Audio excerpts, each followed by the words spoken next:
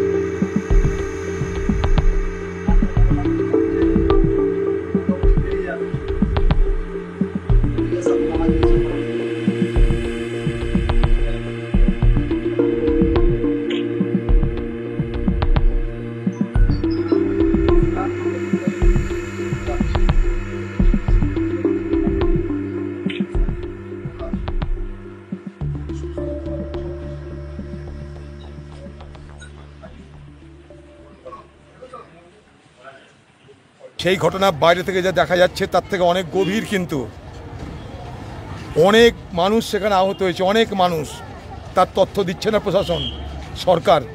আমি আজকে হাসপাতালে এসেছিলাম অনেক খোঁজ পেয়ে, সেখানে দেখলাম 3টে গুলি খাওয়া, শামসাগঞ্জ ঘটনা, 3 জন গুলিতে গুলি খাওয়া 3টে রুগীকে দেখলাম। একজনের 11 থেকে 12 বছর বয়স, বাচ্চা ছেলে, তার ডান দিকের কিডনিটা বাদ হয়ে গেছে অলরেডি, তাকে দেখা যাচ্ছে না, সেটা বসতে পারছে না, শুতে পারছে না, দাঁড়াতে পারছে, শুধু কাঁদছে।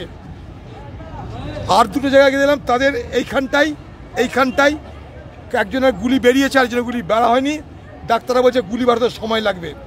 অল্প বয়সী ছেলে, তার মধ্যে একটা ছেলে আবার বলছে আমি মায়ের ওষুধ আনতে গেছিলাম দোকানে, মায়ের ওষুধ আনতে গেছিলাম, মা অসুস্থ, তার মায়ের জন্য ওষুধের দরকার, দোকান থেকে ওষুধ আনতে গেছিলাম, গুলি। বলছে পিছন থেকে গুলি চললো, বিএসএফের ড্রেস পরা, সত্যি না মিথ্যা কেউ জানে না। 3 জনকে দেখলাম যারা হাসপাতালে চিকিৎসাধীন। আমি আজকে সকালেই বলেছি আপনাদের যে বহরমপুর হাসপাতালে আছে, কেউ কলকাতার হাসপাতালে, কেউ নার্সিংহোমে। প্রশাসন কিচ্ছু বলছে না। অনেক বেশি মানুষ গুলিতে আহত হয়েছে, জখম হয়েছে, তারা মৃত্যুর সঙ্গে পাঞ্জা লড়ছে। আপনার দয়া করে দেখেছেন বাচ্চা ছেলেটাকে, আমি এক্ষুনি দেখে এলাম, 12 বছর বয়স, সে কিডনি বাদ চলে গেছে এর মধ্যে একটা। তার যে কি কষ্ট কল্পনা করতে হবে না, কি করছে সে বাচ্চাটা। এখন নানা রকমের লোক নানা রকম ড্রেসে এসে বলছে আমরা পুলিশের লোক, কি হয়েছে বলো। এবার হাসপাতালে যখন চেস করছে পুলিশের লোক আইডেন্টি কার্ড দেখাতে পারছে না। গোটা বিষয়টাকে ধামাচাপা দেওয়ার জন্য প্রশাসন কিন্তু নানা ফন্দি করছে।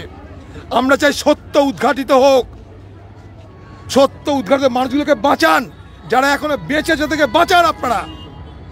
এই আমি নিজে দেখে এলাম নিজের চোখে, সকালে আপনাকে যে অভিযোগ করেছি সে অভিযোগ হাতে কলমে দেখিয়ে দিলাম। এরকম অনেক মানুষ আহত হয়েছে, গুলি খেয়ে পড়ে আছে, তার কোনো হিসাব দিচ্ছে না সরকার না প্রশাসন। ধামাচাপা দেওয়ার চেষ্টা চলছে এই ঘটনাকে। এটা কি অন্যায় হচ্ছে, আমরা মানব না এগুলো।